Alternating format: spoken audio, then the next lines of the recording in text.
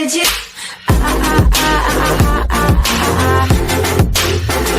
Anything you want.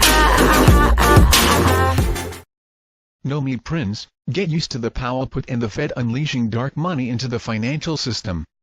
Stepping in to save the stock market could keep the bull running longer than most people expect. The eventual turnaround could be ugly. Nomi explains Nomi Prins early reckoning in the land of the Federal Reserve and its market manipulating mechanisms. There's now an unofficial market term called the owl put or the owl pivot. It is in direct reference to Fed Chairman Jerome Powell.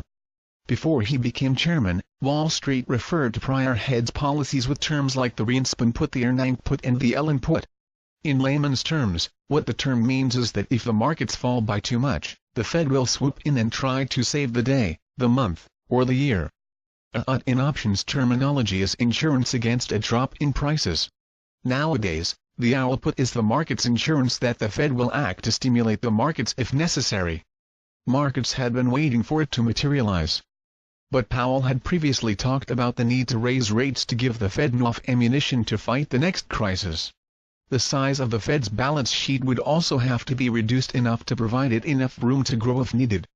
Markets began to worry the Powell put might never materialize when he raised interest rates in December, when the market was in the middle of a severe correction that nearly culminated in a bear market. He also said the balance sheet reductions, or quantitative tightening, would run on autopilot. Markets tanked on his comments. But then on January 4, after stocks fell nearly 20%, the owl put finally materialized. In comments addressing the American Economic Association, Powell said he was prepared to adjust policy quickly and flexibly.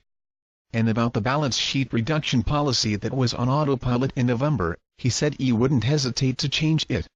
Powell has subsequently emphasized the need for a change. The Dow has continued to rally behind his newfound dovishness.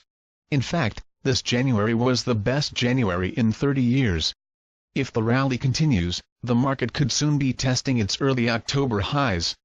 What this means is that the Fed isn't going to raise rates anytime soon. As my colleague Jim Rickards has explained, a change isn't just a word. It's a signal to markets that the Fed will not be raising rates anytime soon, and that it will give them notice when it is. The Fed is also unlikely to reduce the size of its balance sheet in a bold way, as long as economic headwinds from around the world continue.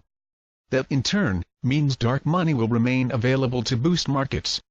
There are two main ways the Federal Reserve can unleash dark money into the financial system.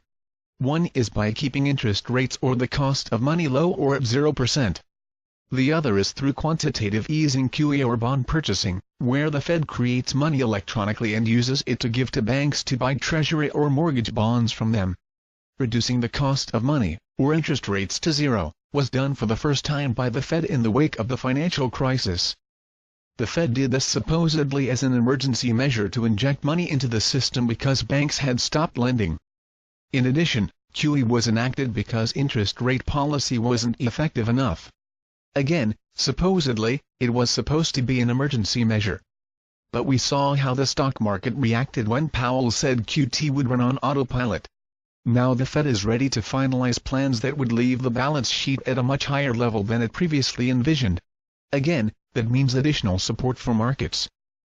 In the latest development, as Brian Mayer discussed in yesterday's Early Reckoning, Federal Reserve Bank of San Francisco President Mary Daly suggests that the Fed could decide to use its balance sheet as a routine part of how it guides the economy, not just as a last-ditch measure to deploy in emergencies.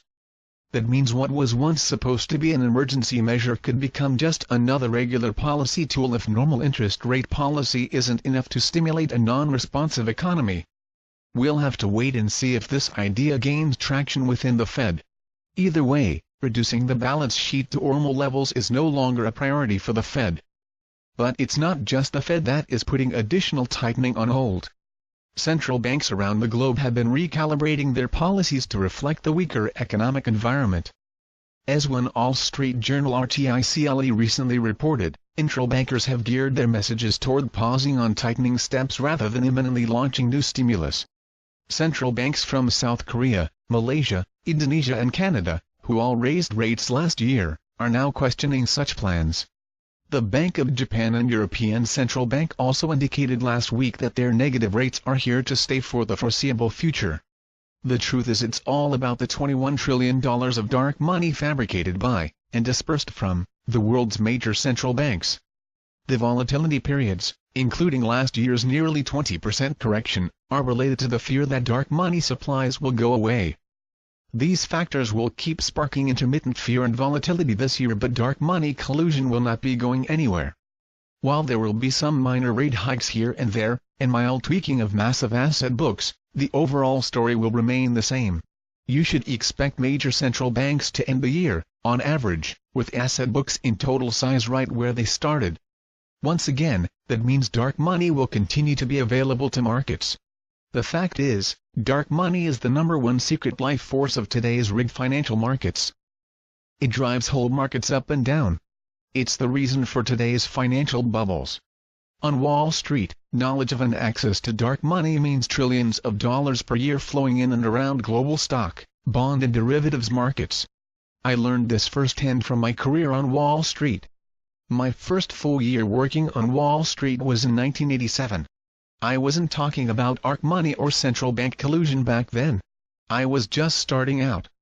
Eventually, I would uncover how the dark money system works, how it has corrupted our financial system and encouraged greed to the point of crisis like in 2008.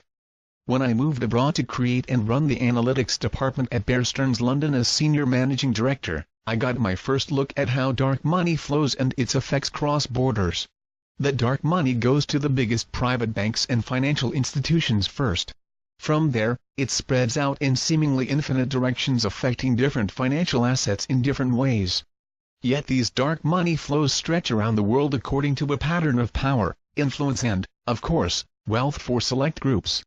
To be a part of the dark money elite means to have control over many. These is not built upon conspiracy theories. To the contrary, alliances make perfect sense and operate publicly. Even better, their exclusive dealings and the consequences that follow are foreseeable, but only if you understand how the system works and follow the dark money flows. Dark money rules the world, and it could keep the bull market running longer than most people expect, even though the eventual turnaround could be ugly.